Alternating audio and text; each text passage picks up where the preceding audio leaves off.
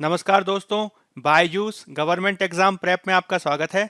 आज की तारीख है 8 जनवरी 2021 और आज हम चर्चा करने जा रहे हैं द हिंदू अखबार में आए हुए प्रमुख समाचारों और एडिटोरियल्स पे, जिसके तहत प्रारंभिक परीक्षा और मुख्य परीक्षा दोनों से संबंधित कुछ महत्वपूर्ण अभ्यास प्रश्नों को भी हम करेंगे। तो चलिए शुरू करते हैं।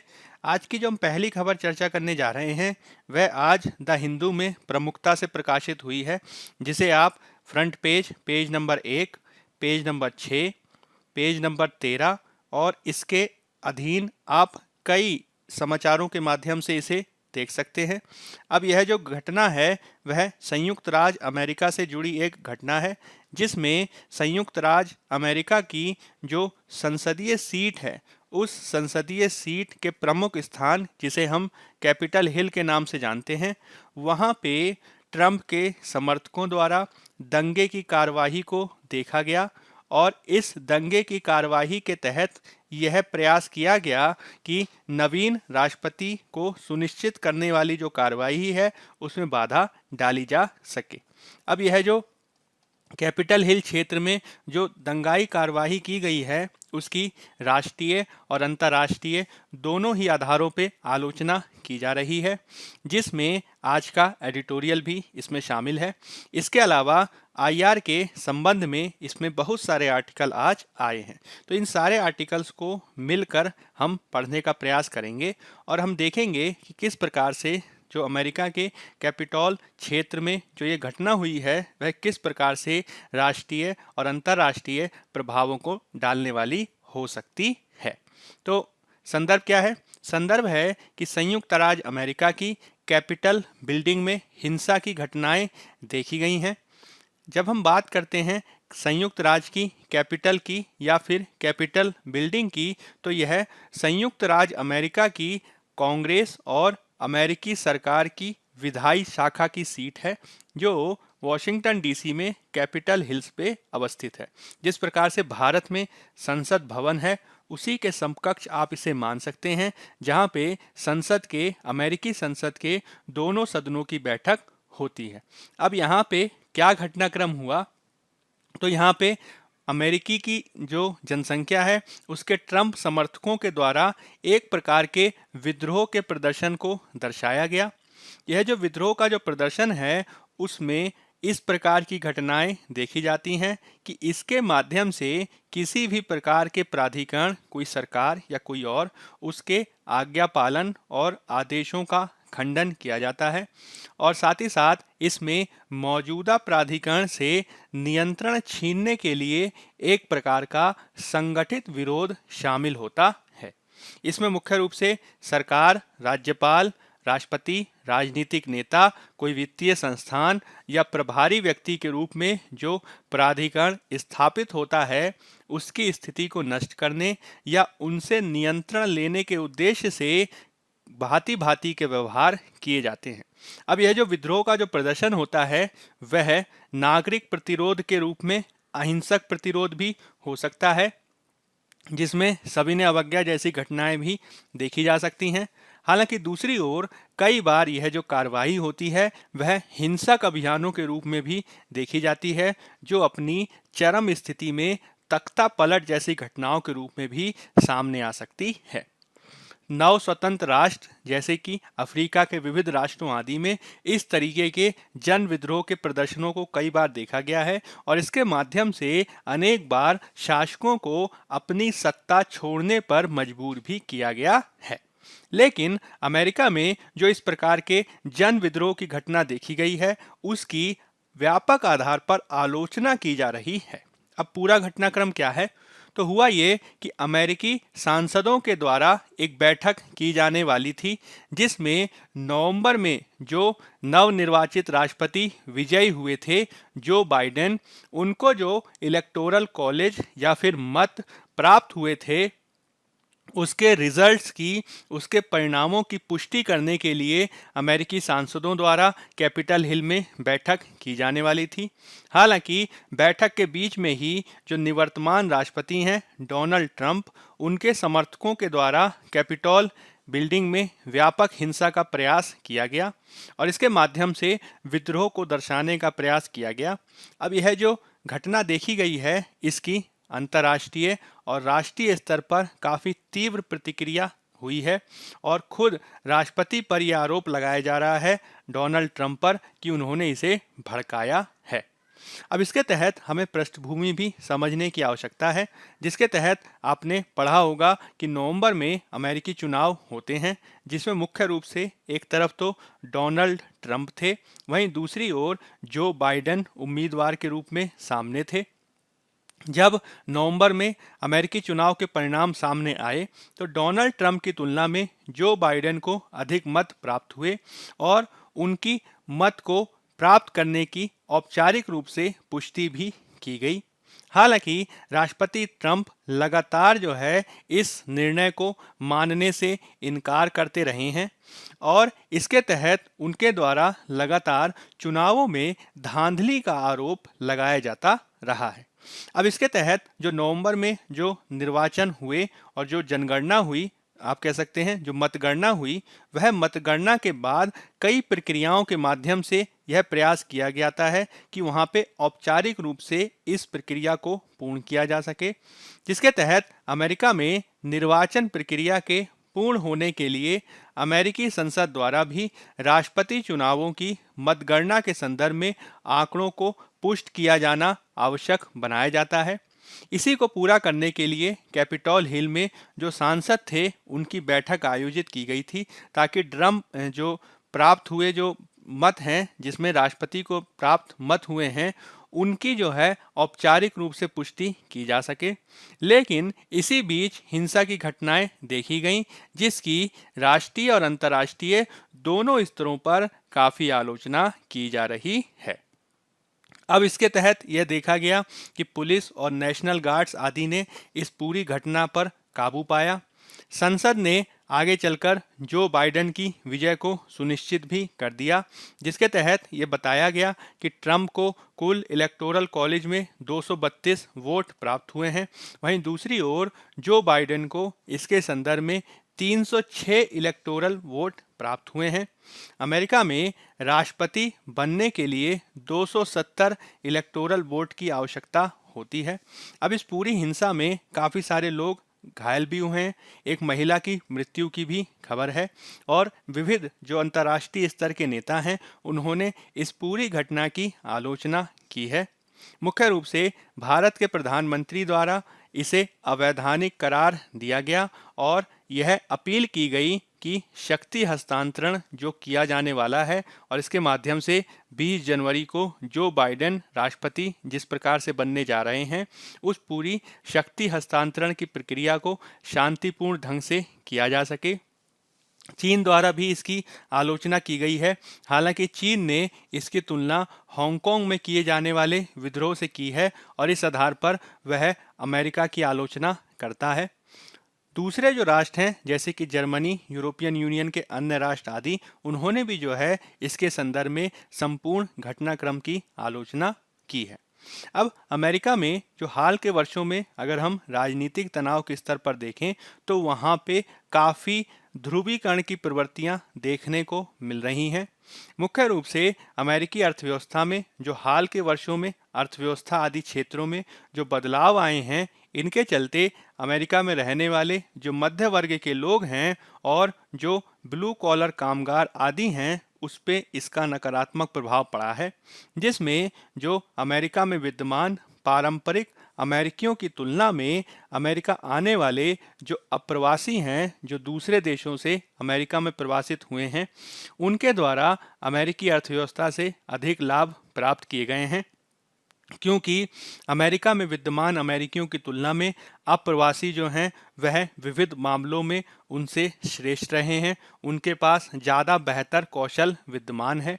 इसके अलावा अमेरिका ने हाल के वर्षों में जिस प्रकार के आर्थिक सुधारों को अपनाया है, उदारीकरण को अपनाया है, वैश्वीकरण की प्रक्रिया को अपनाया है।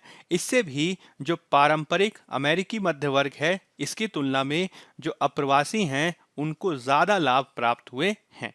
और इससे हुआ क्या है कि वहाँ पे अमेरिकी समाज में जो परंपरागत रूप से निवासित अमेरिकी हैं, जो श्वेत वर्गीय समाज से भी बिलोंग करते हैं, उसमें ऐतिहासिक रूप से एक प्रकार का असंतोष व्याप्त रहा है, जिसके परिणाम स्वरूप हम समय समय पर श्वेत वर्गीय समाज के माध्यम से अश्वेतों और अप्रवासियों के विरुद्ध एक प्रकार के घृणा के भाव को हम पाते हैं।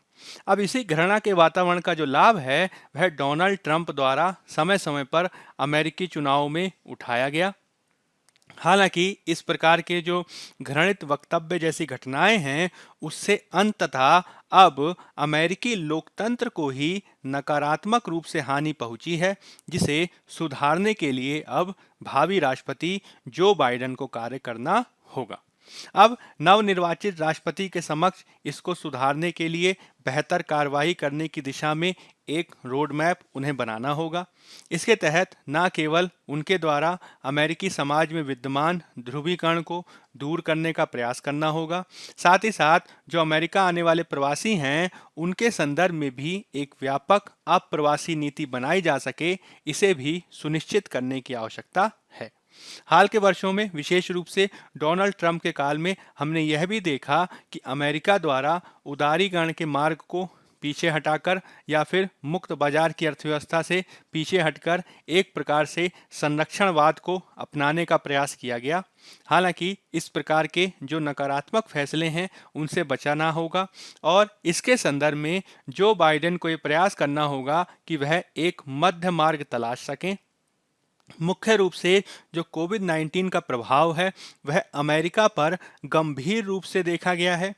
इस कोविड-19 के आर्थिक प्रभावों को दूर किए जाने के संदर्भ में कार्य करने की आवश्यकता है, ताकि वास्तविक रूप में हम अमेरिकी ड्रीम के सपने को साकार कर सकें। तो अमेरिका निश्चित तौर पे हमारे समक्ष एक विश्व शक्ति के रूप में विद्यमान है। बावजूद इसके अमेरिका में वर्तमान में भी बहुत सारी चुनौतियां बनी हुई हैं, जिसे दूर किए जाने के संदर्भ में कार्यवाही किए जाने की आवश्यकता है। चलिए अब हम बात कर लेते हैं एक और आर्टिकल की, जो दिया गया है पेज नंबर 7 पर, और इसका संबंध जीएस पेपर 3 में सुरक्षा से है। इंटरनल सिक्योरिटी जीएस पेपर 3 का एक भाग है, इससे हम इसको जोड़ के देख सकते हैं। मुख्य रूप से यह संबंधित है हाल के समय में विविध सोशल मीडिया प्लेटफॉर्म आदि के माध्यम से फैलाई जाने वाली डिसइंफॉर्मेशन अथवा फेक न्यूज़ से। फेक न्यूज़ के संदर्भ में हमें किस प्रकार के कार्यवाही को किए जाने की आवश्यकता है, इसके प्रसार को हम किस प्रकार से रोक सकते हैं, इसके प्रसार को रोके जाने के संदर्भ में हाल के समय में विविध समुदायों आदि द्वारा किस प्रकार से कार्य किया गया है, और जनता में जागरूकता बढ़ाए जाने के संदर्भ में हमें इसके संदर्भ में क्या किए जाने की आवश्यकता है, इसको हम देखने का प्रयास करेंगे। संदर्भ क्या है? संदर्भ है हाल के वर्षों में सोशल मीडिया के विविध प्लेटफॉर्म्स के माध्यम से जो डिसइंफॉर्मेशन है या फिर जो फेक न्यूज़ है उसका प्रसार काफ़ी देखा गया है। जब हम बात करते हैं डिसइंफॉर्मेशन की, जिसे हिंदी में मिथ्या खबर या विरूपण कहा जाता है, वह एक ऐसी गलत या भ्रामक जानकारी को दर्शाता है जो जानबूझकर धोखा देने के लिए फैलाई जाती है। यह जो गलत सूचना होती है इसको मिस इन्फॉर्मेशन के एक रूप के देखा जा सकता है, जिसका उद्देश्य जनता को गुमराह करना होता है। विशेष रूप से भांति भांति के जो संगठन हैं उनके द्वारा अपनी प्रतिद्वंदी शक्ति के विरुद्ध मीडिया आदि को जारी किए गए यह एक प्रचार या प्रोपेगेंडा के उदाहरण के रूप में देखा जा सकता है। इसको सामान्य अर्थ में फेक न्यूज़ के रूप में देखा जाता है। मुख्य रूप से कोविड-19 के काल में हम इसकी प्रभाविता को देख रहे हैं, जिसका समाजों पे नकारात्मक रूप से प्रभाव भी पड़ा है। यही कारण है कि आगामी वर्ष में 2021 में इसको रोके जाने के संदर्भ में कार्य किए जाने की आवश्यकता पर बल दिया जाता रहा है। हाल के सालों में हम लगातार यह देख रहे हैं कि न केवल फेक न्यूज़ की प्रभाविता बढ़ रही है, साथ ही साथ इसकी जो आवृत्ति है इसके जो आप कह सकते हैं उदाहरण हैं वह भी लगातार बढ़ते हुए देखे जा रहे हैं। जैसे कि बहुत सारी घटनाएं इसके उदाहरण के रूप में देखी जा सकती हैं, जिसमें नागरिकता संशोधन अधिनियम की आप चर्चा कर सकते हैं, 2020 के दिल्ली दंगों की आप चर्चा कर सकते हैं, या फिर हाल के समय में कोविड-19 का उपचार करने से संबंधित विविध देसी दवाइयों से संबंधित जो दुष्प्रचार आदि किया जा रहा है वह भी इसके उदाहरण के रूप में देखा जा सकता है। अब इस प्रकार की जो फेक न्यूज़ है, इसको वर्तमान में विभिन्न तकनीकों के माध्यम से इतना बेहतर बनाया जाने लगा है कि इसको पकड़ना ना केवल मुश्किल हो जाता है, अपितु जनता में इसको लेकर जागरूकता का प्रसार करना भी बहुत कठिन कार्य हो जाता है। विविध संगठनों, जिसमें राजनीतिक दल आदि भी शामिल हैं, उनके द्वारा इसका निरंतर लाभ उठाया जाता रहा है और इसके माध्यम से उनका ये प्रयास रहता है कि वे फेक न्यूज़ को फैलाकर विपक्षी दलों की जो छवि है उसको हम खराब कर सकें। चूंकि लोग भी इसके संदर्भ में सत्य और असत्य के बीच बेहतर अंतर कर पाने में सक्षम नहीं होते, इसी के चलते जो असत्य फेक न्यूज़ होती है उसी के आधार पर लोग अपनी पॉलिटिकल ओपिनियन बना लेते हैं, राजनीतिक धारणाएं बना लेते हैं, जिसका लाभ विविध राजनीतिक दलों आदि द्वारा उठाया जाता है। अब इससे राजनीतिक स्तर पर सांप्रदायिकता, ध्रुवीकरण जैसी चीज़ों को हम देखते हैं। पूरी दुनिया में हमें इसके उदाहरण देखने को मिलते हैं, जिसमें अमेरिका, ब्राज़ील आदि महत्वपूर्ण है। इसमें विविध प्रकार की रणनीतियों का, विविध प्रकार के फॉर्म्स यानी रूपों का और विविध प्रकार की सामुदायिक भागीदारी भी इसमें देखी जाती है। वर्तमान में विविध विद्वान इसके संदर्भ में 4 प्रकार के पी की भूमिका महत्वपूर्ण रूप से मानते हैं, जिसमें पावर यानी शक्ति, प्रॉफिट यानी लाभ, प्रोफाउंड पब्लिक डिसएग्रीमेंट यानी लोगों में व्याप्त असंतोष और प्लेटफॉर्म्स की भूमिका सबसे ज़्यादा महत्वपूर्ण है।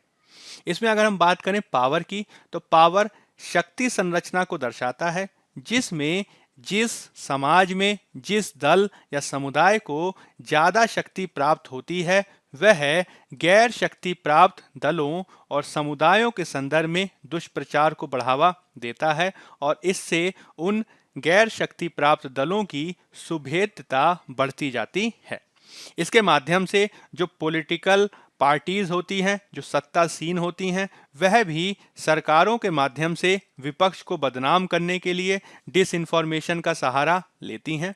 कई बार इसको प्रसारित किया जाता है लाभ के दृष्टिकोण से, प्रॉफिट के दृष्टिकोण से, जिसमें कोई एक कंपनी दूसरी कंपनी के प्रोडक्ट आदि को गलत दिखाने के लिए प्रॉफिट के आधार पर फेक न्यूज़ का प्रसार करती है। इसके संदर्भ में एक गंभीर प्रकार के सार्वजनिक असहमति यानी प्रोफाउंड पब्लिक डिसएग्रीमेंट का भी भूमिका देखी जाती है, जिसमें यदि समाजों में पहले से ही असंतोष व्याप्त होगा, यदि समाजों में पहले से ही पूर्वाग्रह आदि व्याप्त होगा, तो उस पूर्वाग्रह को बढ़ाए जाने के संदर्भ में फेक न्यूज़ की काफ़ी भूमिका देखी जाती है, जिसमें मुख्य रूप से हम ये देखते हैं कि समाज के लोकप्रिय व्यक्ति ही इसके संदर्भ में कई बार फेक न्यूज़ को बढ़ावा देते हुए देखे जाते हैं। जैसे कि हाल के समय में कोरोना वैक्सीन से संबंधित, जलवायु परिवर्तन को लेकर, सामुदायिक संबंधों आदि को लेकर इस तरीके की फेक न्यूज़ हम देखते रहते हैं। इस फेक न्यूज़ को बढ़ावा देने में चौथा पी यानी विविध प्रकार के प्लेटफॉर्म्स भी काफ़ी महत्वपूर्ण भूमिका निभाते हैं, जिसमें आप फेसबुक, व्हाट्सएप, ट्विटर, यूट्यूब आदि की गणना कर सकते हैं। वर्तमान में इसको और ज़्यादा गंभीर रूप से इसलिए भी देखा जा रहा है कि हाल के वर्षों में इसका जो प्रसार है वो बड़े बड़े प्लेटफॉर्म से हटकर छोटे छोटे ऑनलाइन प्लेटफॉर्म्स तक हो गया है, ऑनलाइन गेमिंग ऐप्स तक हो गया है, जिसे रोक पाना काफ़ी संभव नहीं हो पाता है। यही कारण है कि इसको दूर किए जाने के संदर्भ में और ज़्यादा प्रयास और संसाधनों को किए जाने की आवश्यकता है।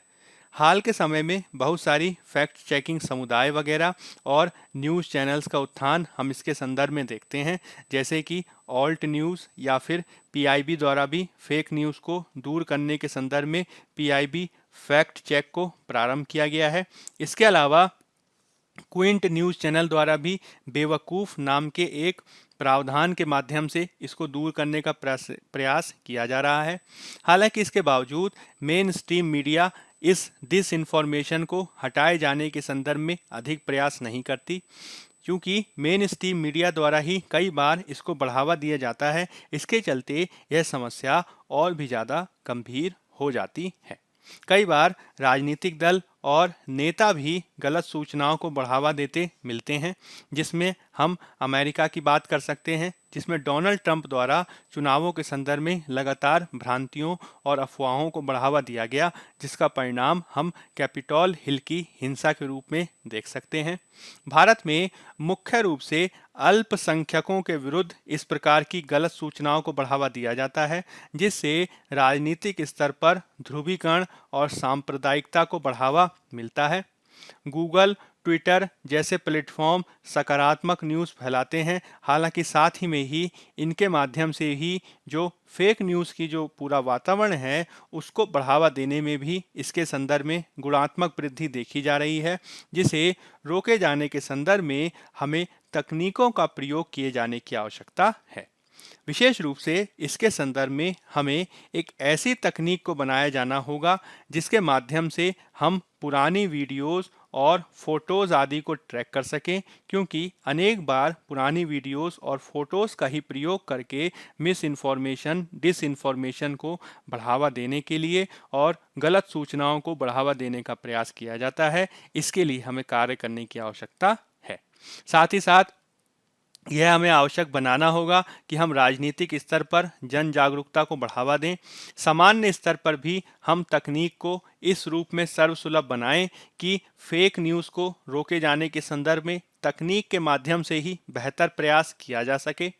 विशेष रूप से वर्तमान में विविध प्रकार के साइंटिफिक फैक्ट्स आदि के माध्यम से भी फेक न्यूज़ को, गलत सूचनाओं को बढ़ावा दिए जाने का प्रयास किया जाता रहा है। इसके संदर्भ में यह किया जाना चाहिए कि वैज्ञानिक तथ्यों को जांचे जाने के संदर्भ में हम साइंस बेस्ड जर्नलिज्म यानी विज्ञान आधारित जर्नलिज्म को बेहतर रूप से आगे बढ़ाने के लिए कार्य करें। इसके तहत ऐसे लोगों को बढ़ावा दिया जाना चाहिए जो वैज्ञानिक बैकग्राउंड रखते हों, जिनको विज्ञान की अच्छी जानकारी हो। इसके तहत जर्नलिज्म में भी वैज्ञानिक तथ्यों को समावेशित करने की आवश्यकता है, ताकि यदि भविष्य में कोरोना वायरस की वैक्सीन जैसी को लेकर जो मिथ्या धारणाएं आदि हैं उसको बढ़ावा दिया जा सके, तो कोरोना वैक्सीन आदि के संदर्भ में गलत सूचनाओं को हटाने में मदद मिल सके। तो प्रयास ये किया जाना चाहिए कि गलत सूचनाओं को दूर किए जाने के संदर्भ में लगातार प्रयासों को आगे बढ़ावा दिया जा सके, तभी जो है हम इसके संदर्भ में एक बेहतर प्रयास कर सकते हैं।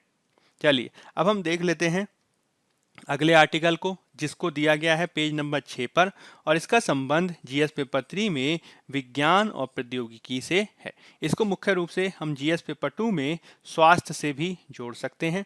मुख्य रूप से ये एडिटोरियल संबंधित है भारत में बर्ड फ्लू महामारी की फैलने की आशंका से। कुछ दिन पहले भी हमने बर्ड फ्लू से संबंधित न्यूज़ को किया था।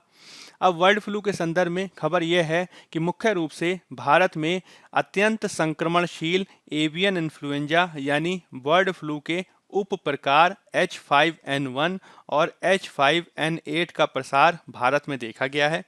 इसका प्रभाव मुख्य रूप से राजस्थान, मध्य प्रदेश, हिमाचल प्रदेश और केरल में देखा जा रहा है। हरियाणा में इससे हजारों मुर्गियों की मृत्यु हो चुकी है।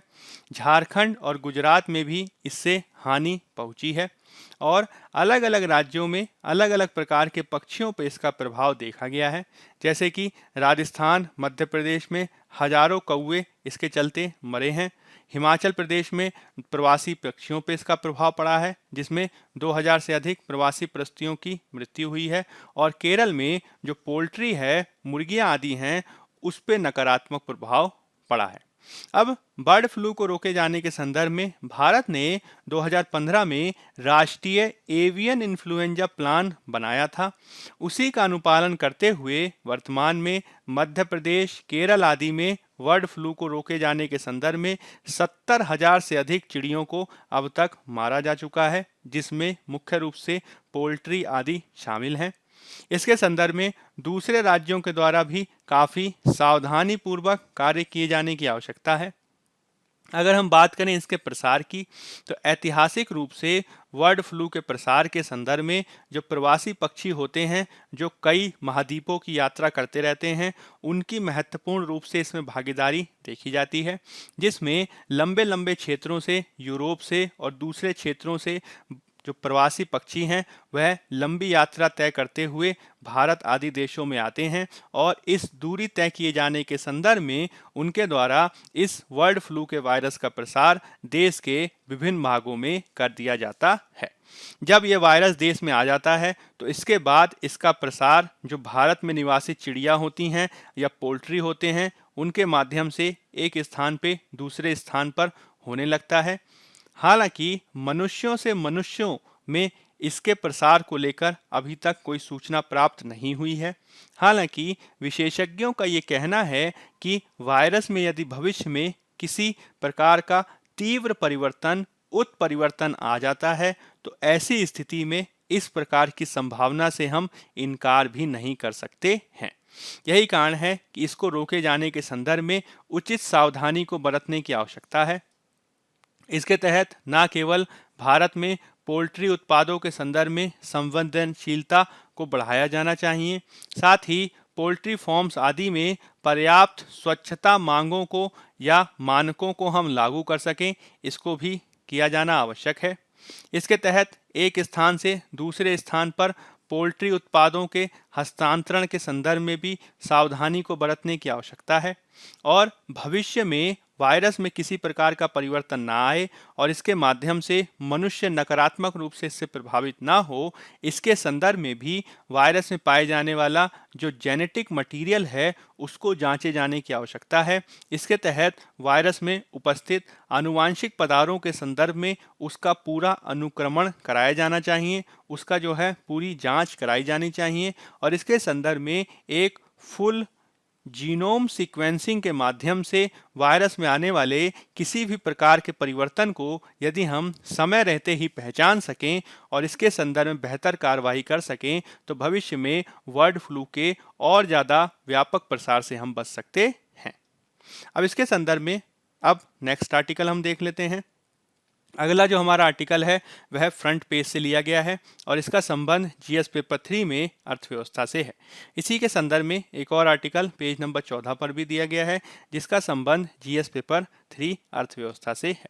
मुख्य रूप से यह संबंधित है भारत में अर्थव्यवस्था की स्थिति से, जिसमें अभी हाल में ही सरकार की एजेंसी के माध्यम से जीडीपी के आंकड़ों को सामने रखा गया है और इसके तहत यह कहा गया है कि इस वित्तीय वर्ष में भारत की जो जीडीपी है वह लगभग 7.7% तक संकुचित हो सकती है।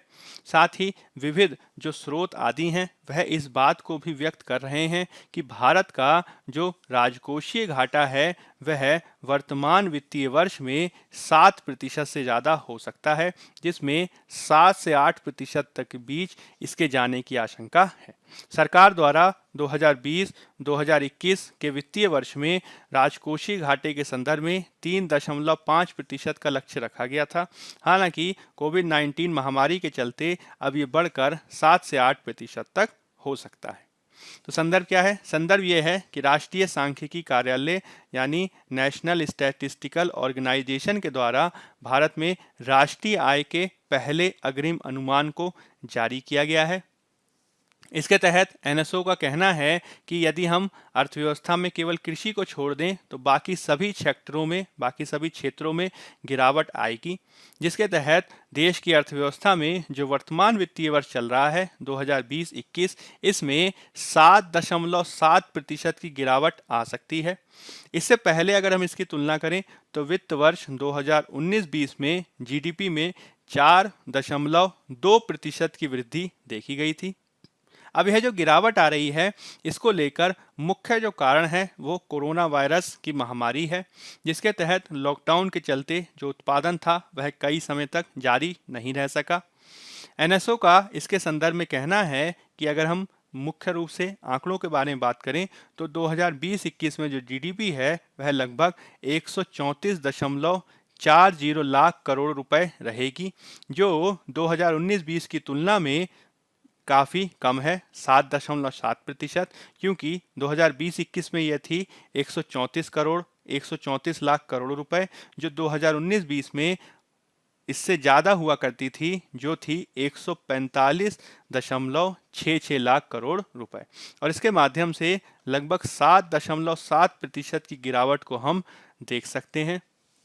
मुख्य रूप से कोरोना वायरस को रोकने के लिए जो हमने मार्च 2020 के अंत में पूरे देश में जो लॉकडाउन लगाया था, उसके चलते इसका प्रभाव देखा गया, जिसका असर देखा गया वर्तमान वित्तीय वर्ष की पहली तिमाही में, जिसमें अप्रैल से जून 2020 के काल में भारत की जीडीपी में लगभग 23.9% की गिरावट आई। दूसरी तिमाही में इसमें 7.5% की गिरावट आई।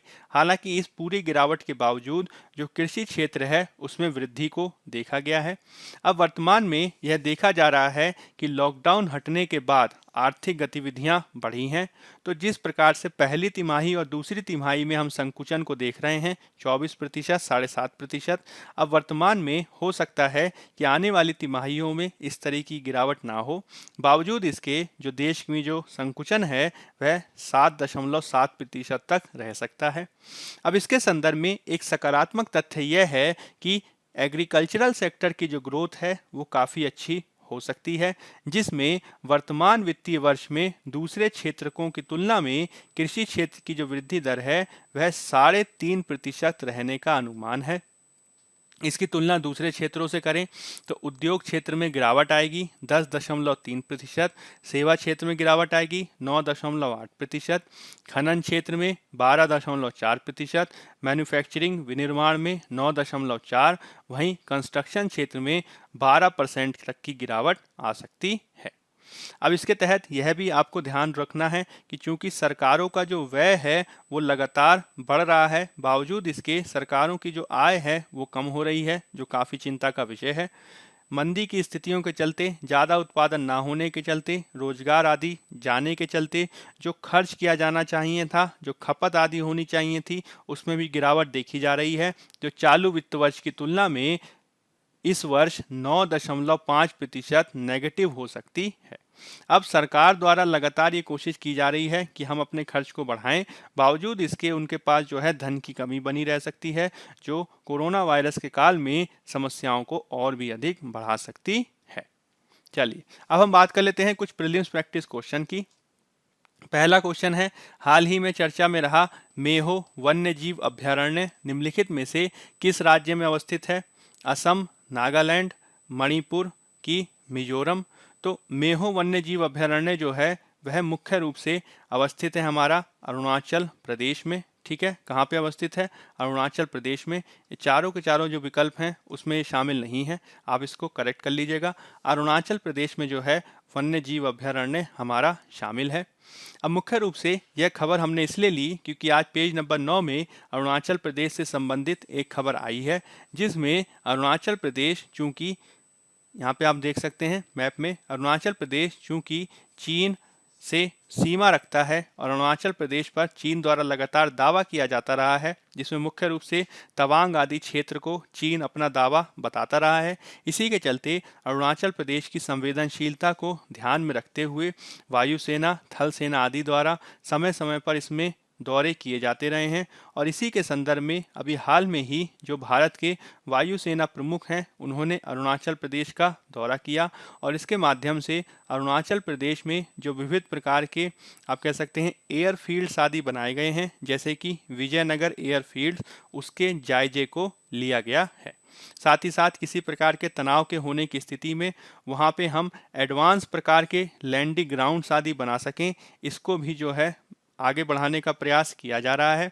और इसके तहत अरुणाचल प्रदेश के बहुत सारे क्षेत्रों में, जैसे कि दिरांग जो वेस्ट कामेंग डिस्ट्रिक्ट में है, अनीनी जो दिबांग घाटी स्थित में है, वहाँ पे भी जो है इस प्रकार के एडवांस लैंडिंग ग्राउंड्स को बनाए जाने का प्रस्ताव रखा गया है। अगर हम बात करें अरुणाचल प्रदेश के राष्ट्रीय उद्यान या नेशनल पार्क्स की, तो आप याद रखिएगा इसमें नामदाफा नेशनल पार्क महत्वपूर्ण है, मोलिंग नेशनल पार्क महत्वपूर्ण है, मेहो नेशनल पार्क या वन्य जीव अभ्यारण्य महत्वपूर्ण है, दिबांग वन्य जीव अभ्यारण्य महत्वपूर्ण है, ईटानगर वन्य जीव अभ्यारण्य, सेसा ऑर्किड अभ्यारण्य, ईगल नेस्ट वन्य जीव अभ्यारण्य ये प्रमुख राष्ट्रीय उद्यानों के रूप में व्याप्त है। नेक्स्ट क्वेश्चन देख लेते हैं। भारतीय संविधान के अनुच्छेद 243 डी का संबंध निम्नलिखित में से किस प्रावधान से है? केंद्र और राज्य के मध्य वित्त का बंटवारा, अवशिष्ट सूची से संबंधित मामलों में केंद्र सरकार द्वारा कार्यवाही करना, पंचायतों में सीटों का आरक्षण कि उपरोक्त में से कोई नहीं। तो 243 डी का संबंध पंचायतों में सीटों के आरक्षण से है, तो सही उत्तर हो जाएगा हमारा सी। इसके संदर्भ में आज पेज नंबर 9 में इसके संबंध में खबर आई है, जिसमें कांग्रेस के सरकार द्वारा इसके संदर्भ में हरियाणा में पारित किए गए पंचायती राज अधिनियम को आलोचना किया गया है। और इसके संदर्भ में सरकार की इस आधार पर आलोचना की जा रही है कि हरियाणा पंचायती राज अधिनियम के माध्यम से महिलाओं को जो सीटों का आरक्षण किया गया है वह 50% तक सीमित कर दिया गया है। महिलाओं के आरक्षण को 1/3 से बढ़ाकर 50% किया जाना यूं तो स्वागत योग्य है, लेकिन यदि उसको केवल और केवल 50% तक ही सीमित कर दिया जाएगा तो यह एक प्रकार की नकारात्मकता को दर्शाता है। इसमें प्रयास ऐसा होना चाहिए कि हम कम से कम 50% सीटों को आरक्षित रखें। यदि 50% से ज़्यादा हो जाता है तो हमें इसको भी बढ़ावा दिया जाना चाहिए। इसे केवल 50% की लाइन तक हमें सीमित रखना चाहिए, क्योंकि हाल के वर्षों में पंचायती राज के क्षेत्र में महिलाओं की भागीदारी आरक्षण के बाद से लगातार बढ़ी है और उत्तराखंड जैसे राज्यों में तो 55% जो सीटें हैं वह महिलाओं के हिस्से में आई हैं। तो महिलाओं द्वारा आरक्षित सीटों के अलावा गैर आरक्षित सीटों पर भी चुनाव लड़ा गया है और विजय प्राप्त की गई है, जिसे बढ़ावा दिए जाने की आवश्यकता है। अगर हम बात करें भारतीय संविधान के अनुच्छेद 243 डी की, तो यह पंचायतों में सीटों के आरक्षण का प्रावधान करता है, जिसके अनुसार प्रत्येक पंचायत और अध्यक्षों के कार्यालयों के लिए अनुसूचित जाति और अनुसूचित जनजाति के लिए सीटों के आरक्षण का प्रावधान किया गया है, जिसकी संख्या उस पंचायत क्षेत्र में अनुसूचित जाति और अनुसूचित जनजातियों की जनसंख्या के अनुपात में होगी और इनको उस पंचायत क्षेत्र में निर्वाचन क्षेत्रों के संदर्भ में रोटेशन के आधार पर भी आवंटित किया जा सकता है। साथ ही साथ इसके तहत कुल सीटों का कम से कम 1/3 अनुसूचित जाति और अनुसूचित जनजाति की महिलाओं के लिए भी आरक्षण किया जाएगा।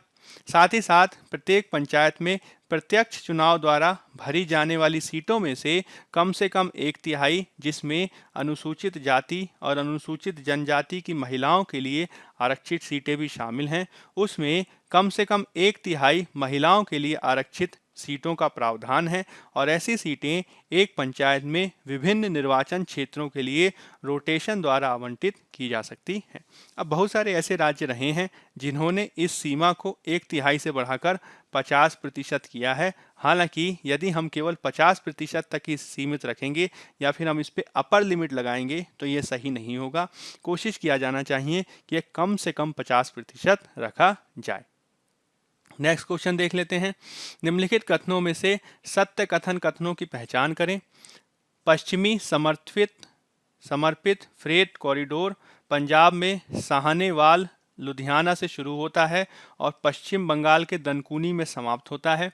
पूर्वी समर्पित फ्रेट कॉरिडोर उत्तर प्रदेश के दादरी से मुंबई के जवाहरलाल नेहरू पोर्ट ट्रस्ट तक लगभग 1500 किलोमीटर लंबा है।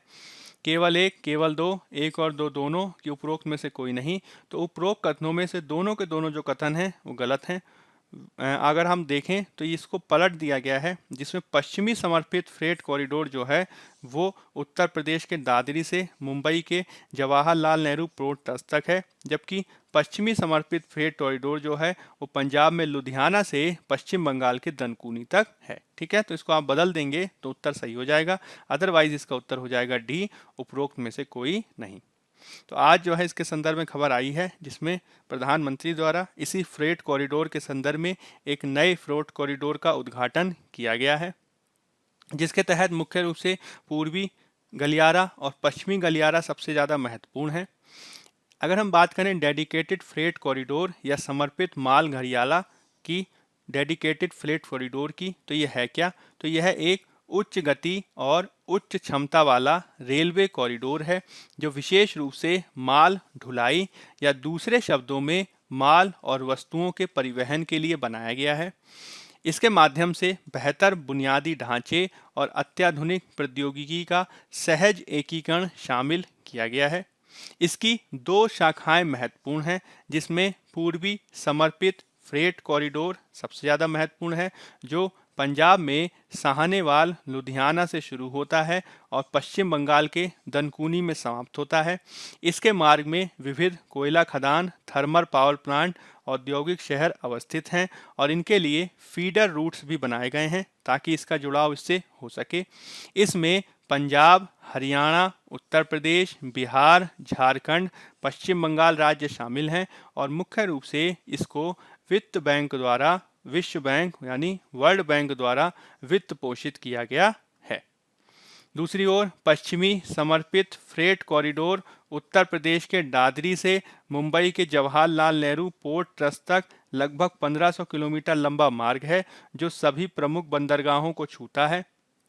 इसमें हरियाणा, राजस्थान, गुजरात, महाराष्ट्र, यूपी शामिल हैं। इसे जापान इंटरनेशनल कोऑपरेशन एजेंसी द्वारा वित्त पोषित किया गया है।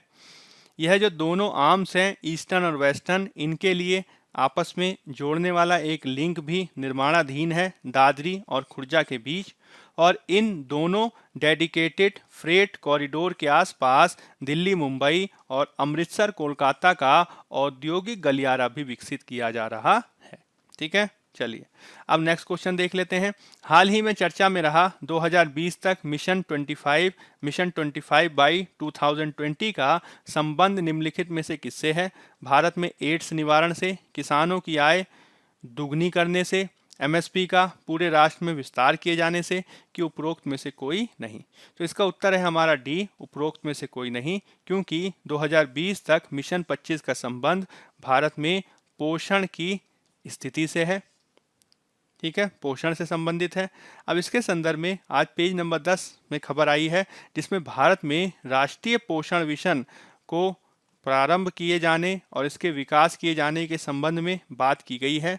मुख्य रूप से कोविड-19 प्रभाव के चलते राष्ट्रीय पोषण मिशन को बेहतर ढंग से संचालित किए जाने के संदर्भ में काफ़ी बाधाएं आई हैं जो चिंता का विषय है।